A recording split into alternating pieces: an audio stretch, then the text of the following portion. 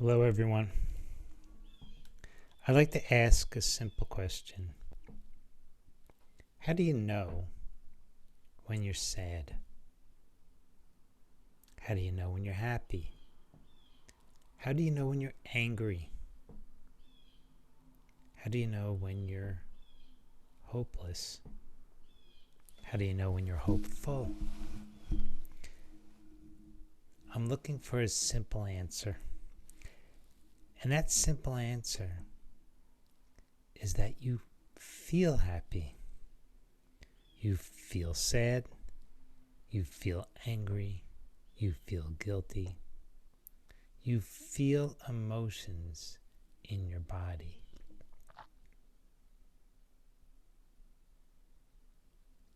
That means there must be some physiological change in your body when you experience an emotion. Now, what causes an emotion?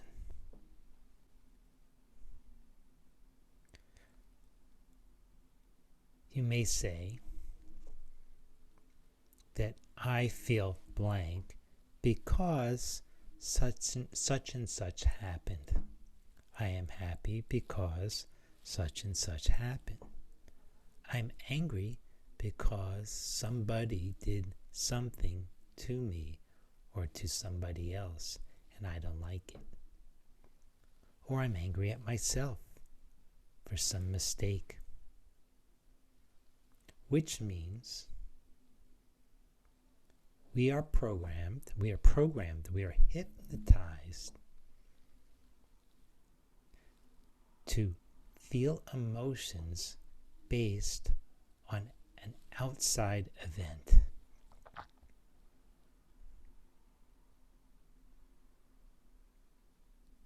But what is the mechanism within us between the outside event and the inside feeling? The mechanism between the event from out there to the way I feel in here is how I process it in here.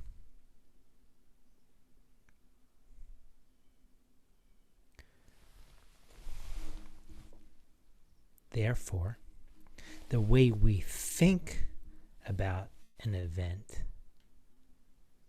causes a reaction in our body.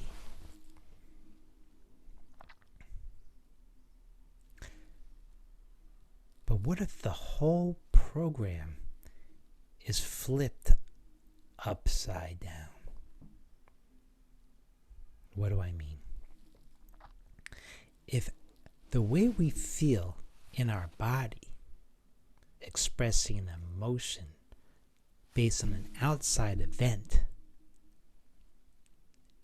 and how I process that event in my mind, then I am a victim to whatever happens outside of me. If I allow myself to react sad or angry because of an outside event, I'm a victim to my environment.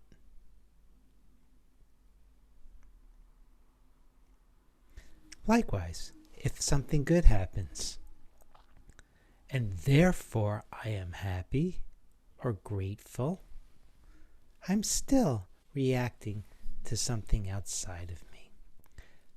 But what if we flip it the other way around?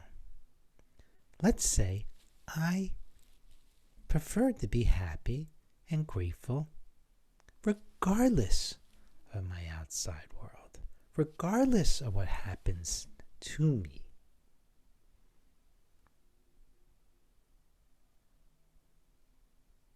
If I can be happy regardless of what happens out there, then I am no longer a victim to my environment.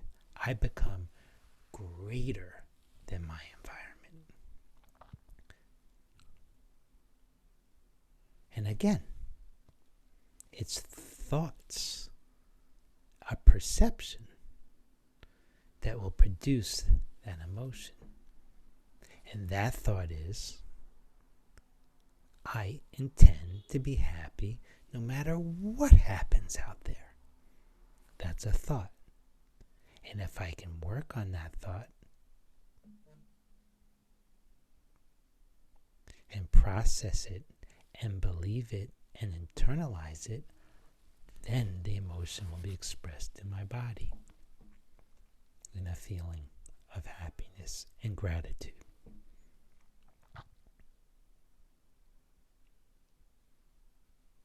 What I'm getting at is that the body should be, could be, always a slave to my mind. It's my mind controlling my heart, which will control the body. What's the proof that my body can be a slave to my mind?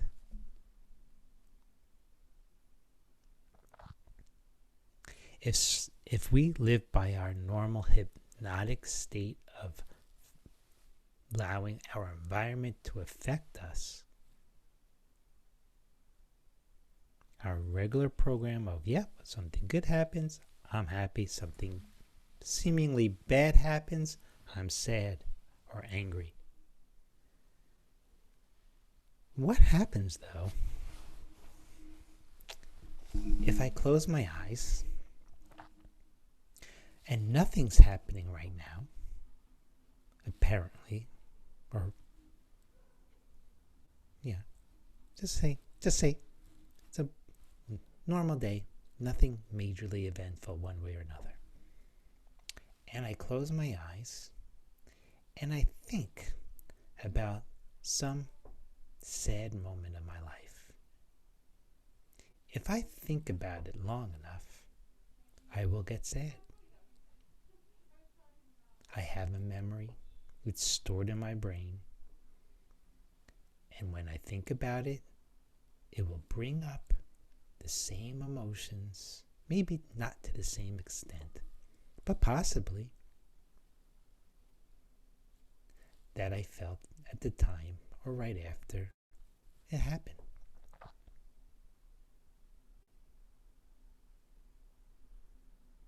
My body, with my eyes closed, will not know the difference between whether that event just occurred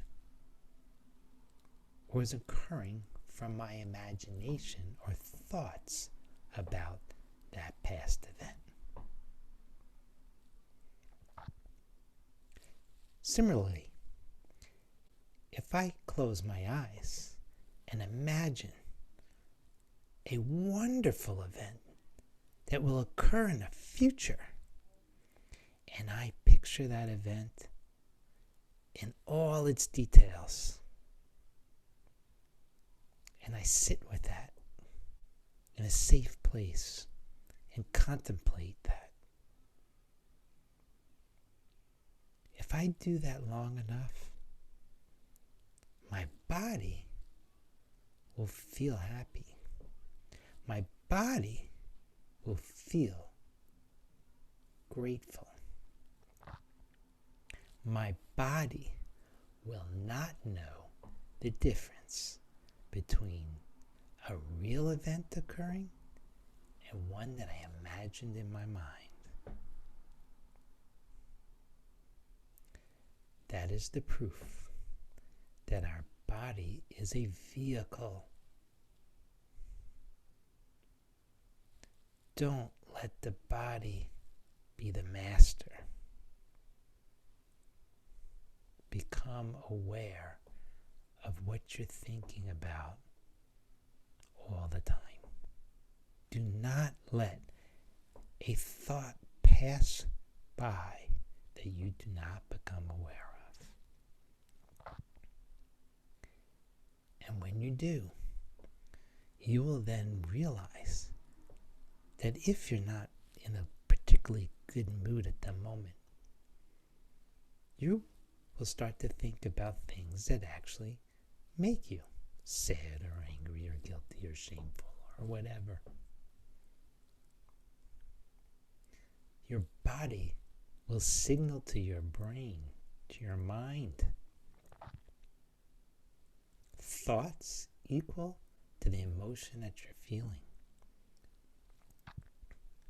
But if you do that, then you're letting the body be the slave driver, the master of your mind.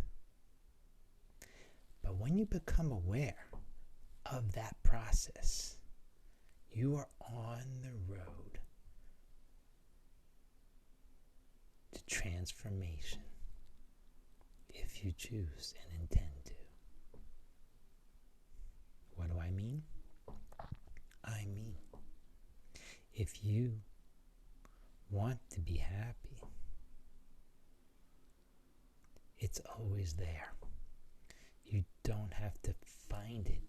Nothing has to happen outside you.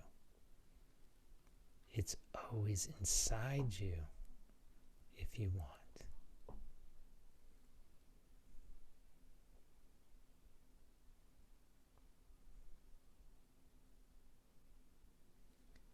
Being happy, being tranquil, being serene is part of our DNA.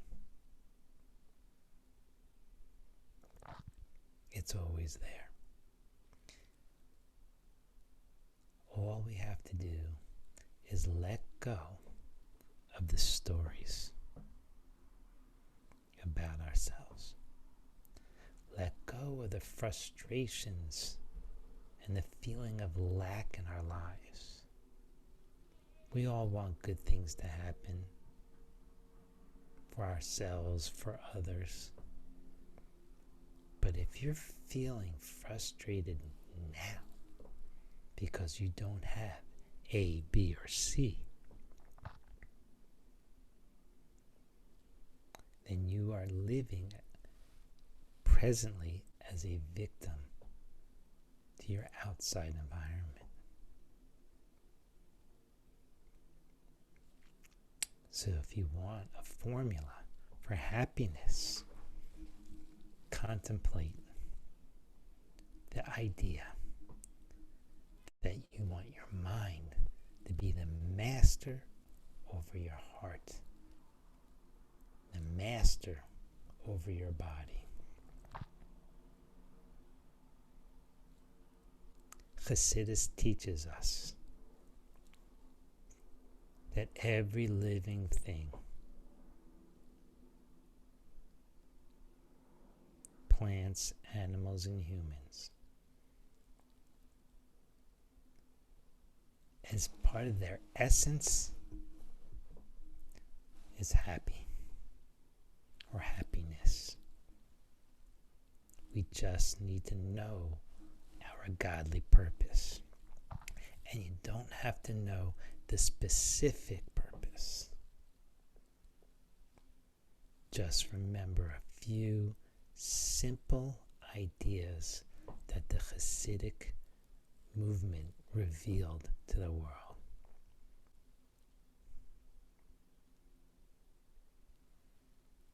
You are a soul in a body, not a body with a soul. Your soul, your godly soul, is actually a part of God. And it's here in this world on a mission. And you know this. Intuitively, you know this. But we're so blinded by our outside world and outside events and past experiences signaled up from our body that becomes the mind. The body stores our past. and then signals thoughts equal to those emotions. Be aware. You are a godly soul on a mission, sent down to make this world a holy place, a place for God to dwell. That's the purpose. Regardless of what you see happening in your personal life outside of you, or to the world, or in the world, or what's happening,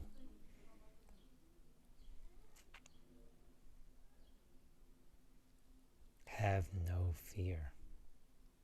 There's a purpose. The other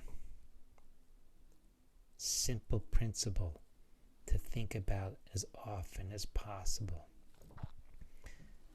is Hashgacha Pratis, divine providence. Everything that happens, that has happened, was according to plan, including all your decisions, good and bad, right or wrong. Do you need to fix them? Maybe. So say sorry.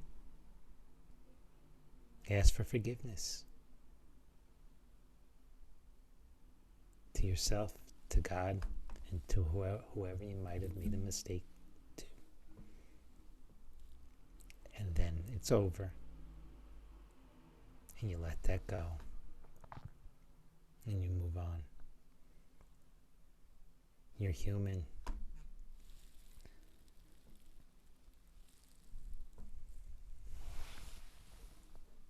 Don't be so hard on yourself. There's a time to repent. And then there's every other moment of the day to do positive acts, mitzvahs, random acts of kindness, sharing a thought of holiness. It's good. So think about those things. You're a godly soul in a body, here on a mission. Don't get your mind clouded with mistakes here and there, with tragedies, with fears, with fear-mongering. Everything that happens for a reason, and it's for good. We don't always see it, but we will one day. It's a promise. A promise. Bring those thoughts from your mind to your heart, and you'll feel it in your body, and you will live as if the Geula Mashiach is here now.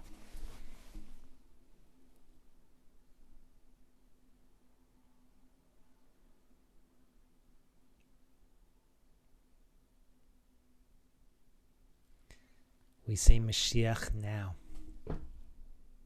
We say Mashiach could come any day. Well, it makes perfect sense. Of course he can. Of course he will. Because if we don't believe Mashiach can come now, then tomorrow will always be a day away. All that exists is the present moment. All the tests are over. All the elevating of the sparks has been done. The soldier has put on his uniform and polished his buttons. Nothing is left except opening our eyes.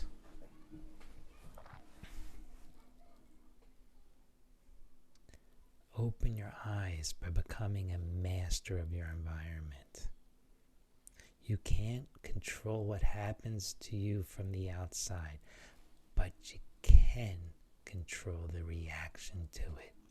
And we are humans. There will be things that make us sad or afraid or angry. But the question is, how long do you hold on to that reaction?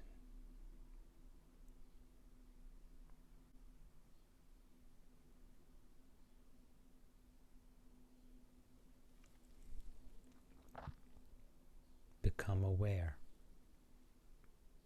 of the process of your thinking patterns.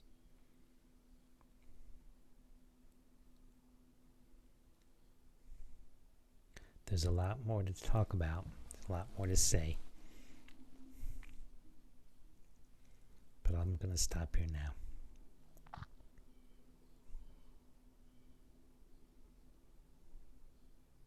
I love you. We can do this. We can serve our purpose. We can fulfill our purpose. It's here in front of us. The last frontier is in here, not out there. It's in here, not out there. If you want to be happy, don't be a victim to your environment. Become greater than your environment. And then the environment will reflect back to you.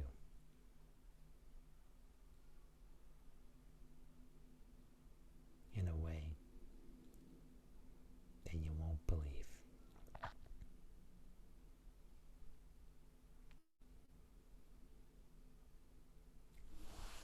Have the best day of your life.